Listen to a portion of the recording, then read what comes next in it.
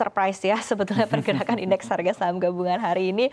Sebetulnya Anda sendiri melihat respon dari para pelaku pasar pada perdagangan hari ini begitu ya, sell on May and go away langsung ya di hari pertama perdagangan di bulan di bulan Mei maksud saya begitu ya, di 1,61% dan bahkan tadi sempat melemah lebih dari 2%. Tapi ketika kita melihat sentimen utama yang diperhatikan oleh para pelaku pasar ini, apakah betul kebijakan dari Bank Sentral Amerika Serikat The Fed begitu yang akhirnya membuat pasar ini cenderung lebih mengamankan aset-asetnya begitu pada perdagangan hari ini? Ya tentu salah satu faktornya kita lihat penurunan ini dikontribusikan terbesar dari Bank Buku 4, bank-bank himbara yang juga merupakan penopang dari IHSG. Kita lihat penurunan yang cukup signifikan, bahkan Bank Mandiri itu terkoreksi hingga 8,3% pada perdagangan penutupan perdagangan sore hari ini. Yang artinya kondisi ini menunjukkan bahwa terjadi bersamaan dengan rilis kinerja kuartal pertama 2024, yang mana kalau kita perhatikan ini menunjukkan bahwa adanya kekhawatiran pasar akan potensi bahwa kedepannya akan menunjukkan adanya penurunan dari kinerja. Karena kalau kita lihat pada kinerja kuartal pertama 2024 ini, sebenarnya kinerja dari perbankan itu masih menunjukkan kinerja yang cukup oke dengan adanya pertumbuhan dari laba bersih, terutama apabila kita lihat secara year on year pada kuartal pertama 2023.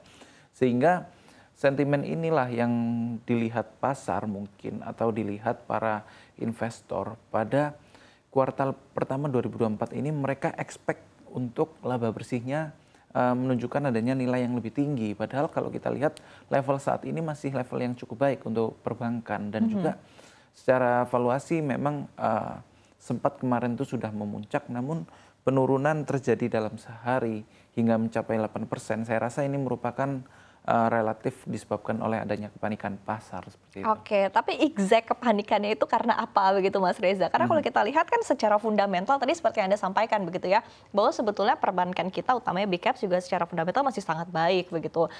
Sebetulnya kredit juga masih tumbuh begitu, revenue juga masih sangat baik, laba bersih juga sama begitu, dan bahkan ketika kita lihat kita throwback lagi secara kinerja tahunan juga luar biasa, sebetulnya cukup impresif gitu. Tapi kenapa responnya pada perdagangan hari ini justru pelemahannya sangat dalam dan bahkan bisa kita katakan ini salah satu hari perdagangan terburuk begitu bagi perbankan Big Caps kita begitu. Mungkin apa sebetulnya yang dikhawatirkan oleh para pelaku pasar untuk perbankan Big Caps ini sendiri?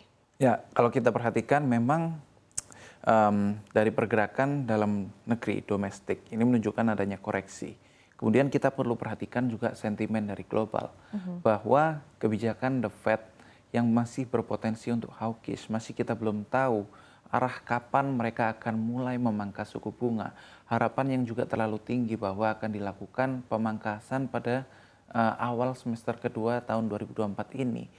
Sentimen-sentimen inilah harapan-harapan yang terlalu tinggi oleh pelaku pasar bahwa akan ada pemangkasan, akan ada pertumbuhan ekonomi setelah pemangkasan. Pasar harus mengalami kenaikan terlebih dahulu, forward looking. Sehingga ini menjadikan pasar bergerak cenderung untuk bullish terlebih dahulu. Dan ternyata kalau kita lihat indikator dari perekonomian masih menunjukkan level yang cukup bertumbuh tinggi dari tingkat inflasi Amerika Serikat. Kemudian kita lihat kinerja-kinerja ekonomi, sehingga masih diperlukan adanya kebijakan pengetatan. Meskipun kita lihat mungkin dari perspektif lain bahwa memang saat ini cukup beresiko apabila kembali dinaikkan dari suku bunga Amerika Serikat atau ke depan pasti akan dipangkas. Namun harapan yang terlalu tinggi dari pelaku pasar ini menyebabkan adanya kekhawatiran dari investor untuk saat ini bahwa harapan tersebut tidak dapat dicapai. Kemudian kalau kita lihat potensi dari kenaikan suku bunga yang akan terjadi, terutama kalau kita lihat di dalam negeri sendiri di Indonesia, baru saja kita menaikkan dari BI rate. Sehingga dengan adanya kenaikan BI rate ini cukup mengkhawatirkan dari perusahaan perbankan. Sebab kalau kita lihat perbankan memang mendapat dampak positif dari adanya kenaikan suku bunga. Kalau kita perhatikan dari sisi net interest marginnya akan mengalami kenaikan. Karena mereka dapat mendapatkan level bunga yang dengan harga lebih mahal. Namun di sisi lain ini akan mendapatkan risiko dari sisi ketika NPL, ketika masyarakat atau pengambil kredit tidak mampu membayar dari kreditnya karena bunga yang lebih mahal, kemudian kredit yang disalurkan akan mengalami penurunan, sehingga secara penurunan kredit ke depan, kemudian dari risiko NPL yang meningkat ini menjadikan adanya kekhawatiran pasar sehingga menyebabkan kejatuhan dari saham perbankan dan juga ini menyebabkan adanya kejatuhan dari IHSG. Oke,